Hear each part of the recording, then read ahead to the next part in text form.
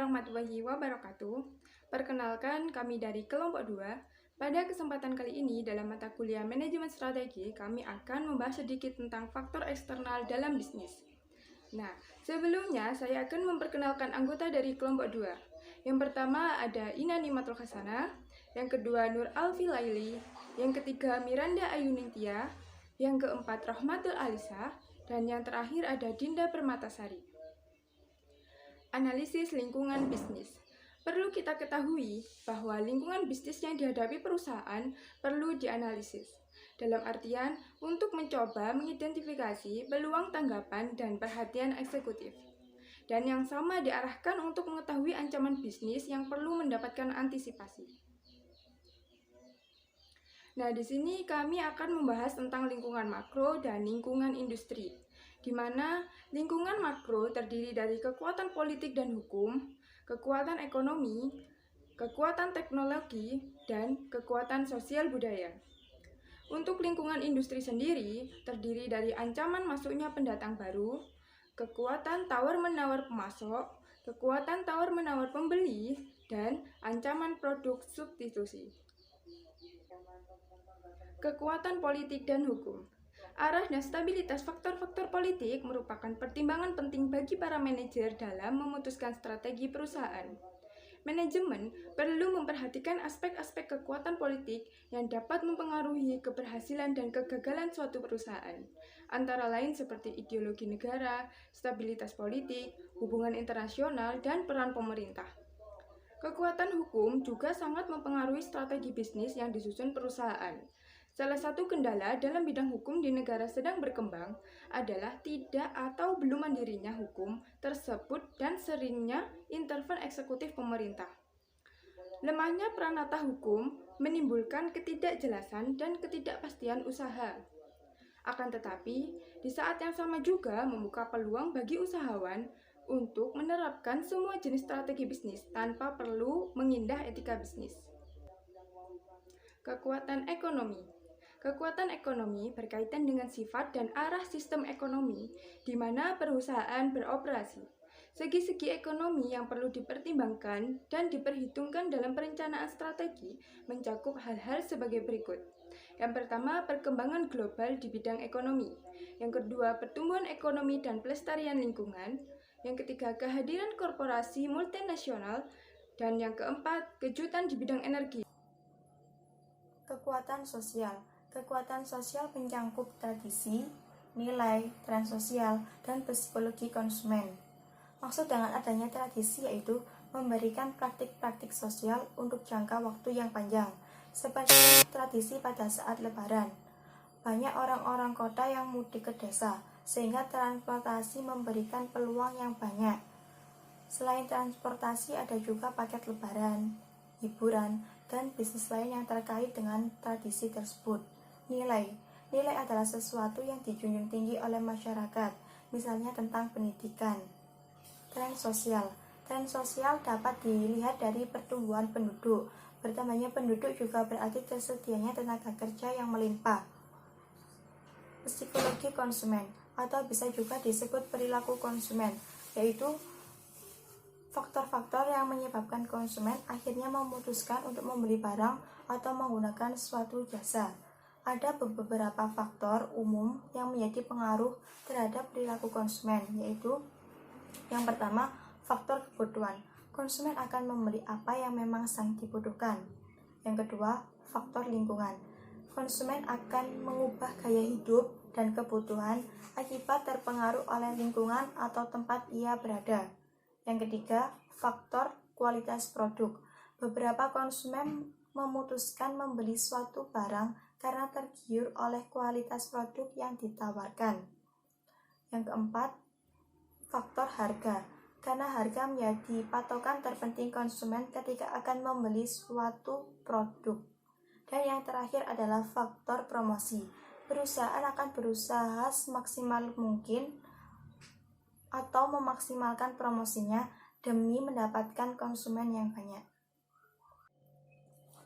Kekuatan teknologi. Teknologi merupakan segala hal yang berkaitan dengan perkembangan teknologi dan informasi yang berpengaruh terhadap kelangsungan bisnis.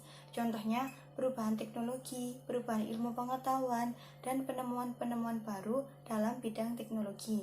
Sebagai contoh perkembangan industri semikonduktor, yang semula tidak berkaitan dengan bisnis pembuatan jam, namun ternyata memberikan peluang untuk pembuatan jam digital yang akurat dengan biaya yang rendah, sehingga dengan adanya perubahan teknologi tersebut, para manajer di negara-negara berkembang dituntut untuk berhati-hati dalam memutuskan teknologi yang tepat untuk digunakan dan tetap memperhatikan penyesuaian dengan lingkungan bisnisnya. Yang kedua, yaitu faktor eksternal yang mempengaruhi lingkungan industri. Menurut Porter, ada 5 kekuatan yang menjadi faktor eksternal dan yang mempengaruhi persaingan dalam suatu industri. Yang pertama, yaitu ancaman masuknya pendatang baru. Adanya pendatang baru dalam suatu industri akan membawa kapasitas baru, keinginan untuk merebut bagian pasar, dan seringkali sumber daya yang cukup besar. Hal ini mengakibatkan harga dapat turun atau biaya membengkak yang akhirnya mengurangi kemampuan. Besar ancaman masuknya pendatang baru tergantung pada hambatan masuk yang ada dan reaksi dari peserta persaingan yang ada menurut perkiraan calon pendatang baru. Ada 6 sumber utama hambatan masuk. Yang pertama, yaitu skala ekonomi. Skala ekonomi ini memaksa pendatang baru harus memikul biaya tinggi, terutama dalam produksi, riset, pemasaran, dan layanan serta distribusi. Yang kedua, yaitu diferensiasi produk.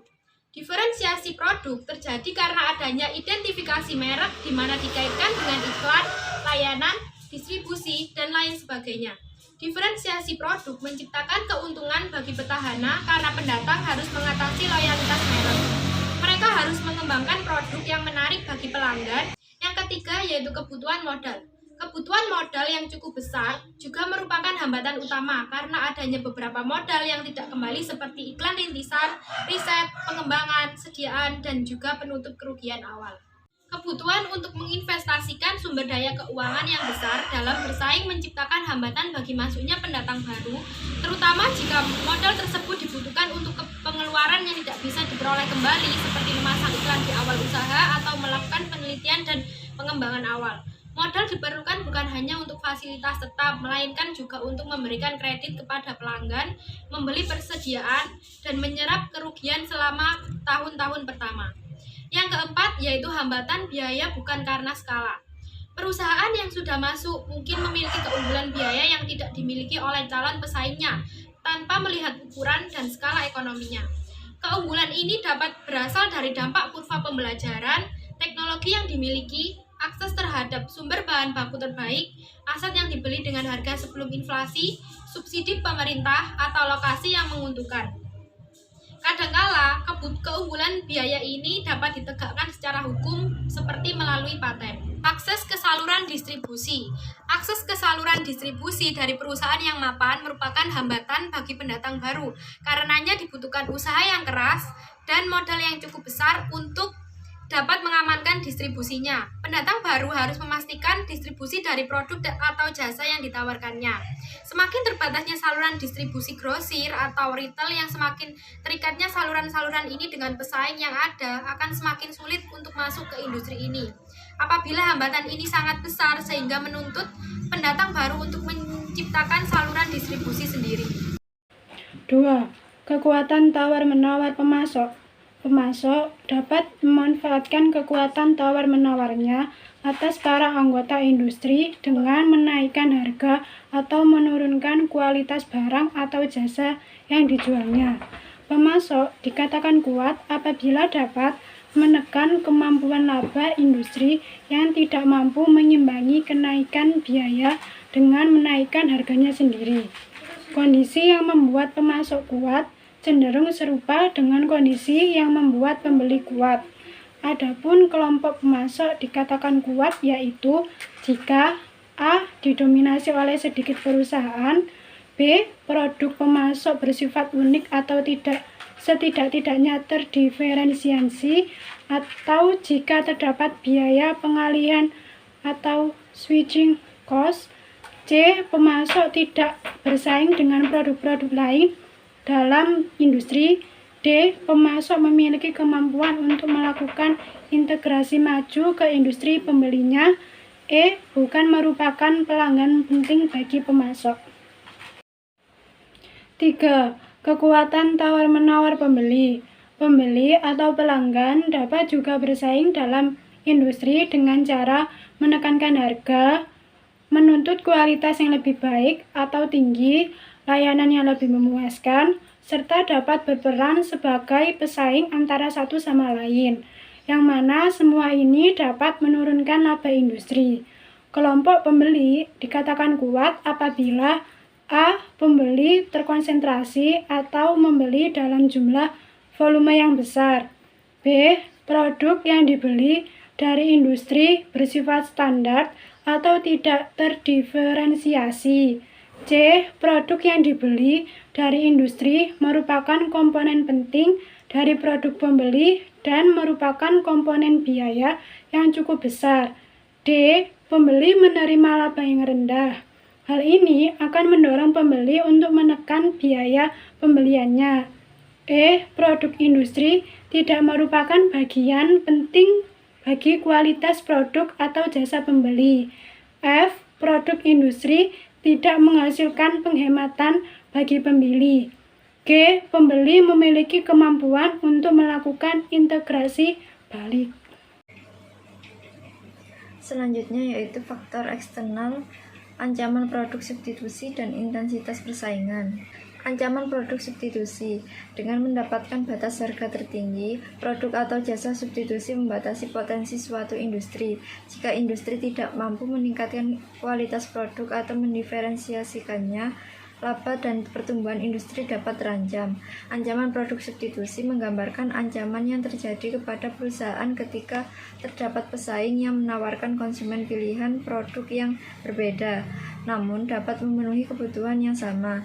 Menganalisis ancaman substitusi bisa menjadi sulit karena semua produk yang dibandingkan tidak terlalu mirip, namun bisa menawarkan sesuatu nilai atau fungsi yang lebih atau bahkan kurang dari produk yang kita buat. Terlebih lagi, produk substitusi tidak dapat langsung dikenali karena produk tersebut seringkali berasal dari luar industri operasional sebuah perusahaan. Konsumen biasanya membuat analisis berdasarkan nilai yang ditawarkan melalui produk khusus untuk mengidentifikasinya dan mengembangkan strategi untuk mengatasi masalah tersebut untuk jangka panjang. Perusahaan dapat bertahan menghadapi produk substitusi dengan cara berikut. Yang pertama, differentiation. Melalui pembuatan penawaran produk yang unik, konsumen akan bisa terpuaskan dengan produk yang spesifik dan tidak mudah terbuai dengan produk substitusi atau pengganti. Mungkin saja ada fitur tambahan atau keuntungan yang tidak ada pada produk pengganti. Yang kedua, customer value. Konsumen seringkali menilai apakah kualitas dan fitur produk yang dijual sepadan dengan harga yang ditawarkan perusahaan. Artinya, konsumen mencari keuntungan maksimal yang dapat dicapai dengan menghabiskan biaya paling murah. Yang ketiga, brand loyalty. Seringkali perusahaan berusaha untuk membuat dan mempertahankan brand loyalty yang kuat untuk semua konsumennya. Ini dapat mencegah konsumen untuk beralih kepada merek atau produk pengganti lainnya. Berikutnya yaitu intensitas persaingan. Intensitas persaingan meningkat ketika masing-masing perusahaan berjuang untuk mendapatkan pangsa pasar dari satu sama lain. Persaingan tersebut dapat mengambil beberapa dimensi, di antaranya persaingan harga, desain produk, belanja iklan, dan promosi, upaya penjualan langsung dan layanan, serta dukungan purna jual. Persaingan yang ketat menyiratkan harga yang lebih rendah atau lebih banyak biaya untuk strategi non-harga. Jika persaingan tidak terlalu ketat, perusahaan mungkin memiliki kesempatan untuk menaikkan harga atau mengurangi pengeluaran. Berikut beberapa faktor yang memiliki dampak besar pada intensitas persaingan di antara perusahaan-perusahaan yang ada dalam suatu industri. Yang pertama, jumlah peserta. Persaingan banyak dan seimbang dalam hal ukuran dan kekuatan. Yang kedua, pertumbuhan industri yang lamban. Yang ketiga, produk atau jasa tidak terdiferensiasi atau tidak membutuhkan biaya pengalihan. Yang keempat, biaya tetap tinggi atau produk bersifat mudah rusak, mengundang keinginan kuat untuk menurunkan harga. Yang kelima, penambahan kapasitas dalam jumlah besar. Yang keenam, hambatan keluar yang tinggi. Yang ketujuh, taruhan strategis yang besar.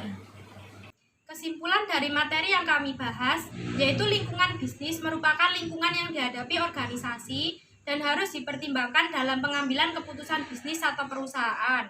Dan faktor eksternal merupakan faktor yang timbul di luar perusahaan dan perlu dianalisis untuk menentukan kesempatan dan ancaman yang akan dihadapi perusahaan. Faktor eksternal terdiri dari dua lingkungan. Yang pertama yaitu lingkungan sosial yang terdiri dari 1. Kekuatan ekonomi, 2. Kekuatan teknologi, 3. Kekuatan hukum dan politik, dan 4. Kekuatan sosial budaya. Dan yang kedua yaitu lingkungan industri yang terdiri dari 1. Ancaman pesaing baru, 2. Kekuatan pemasok, 3. Kekuatan pembeli, 4. Produk pengganti, dan yang terakhir yaitu intensitas persaingan. Sekian sedikit materi yang dapat kami presentasikan mengenai faktor-faktor eksternal dalam bisnis.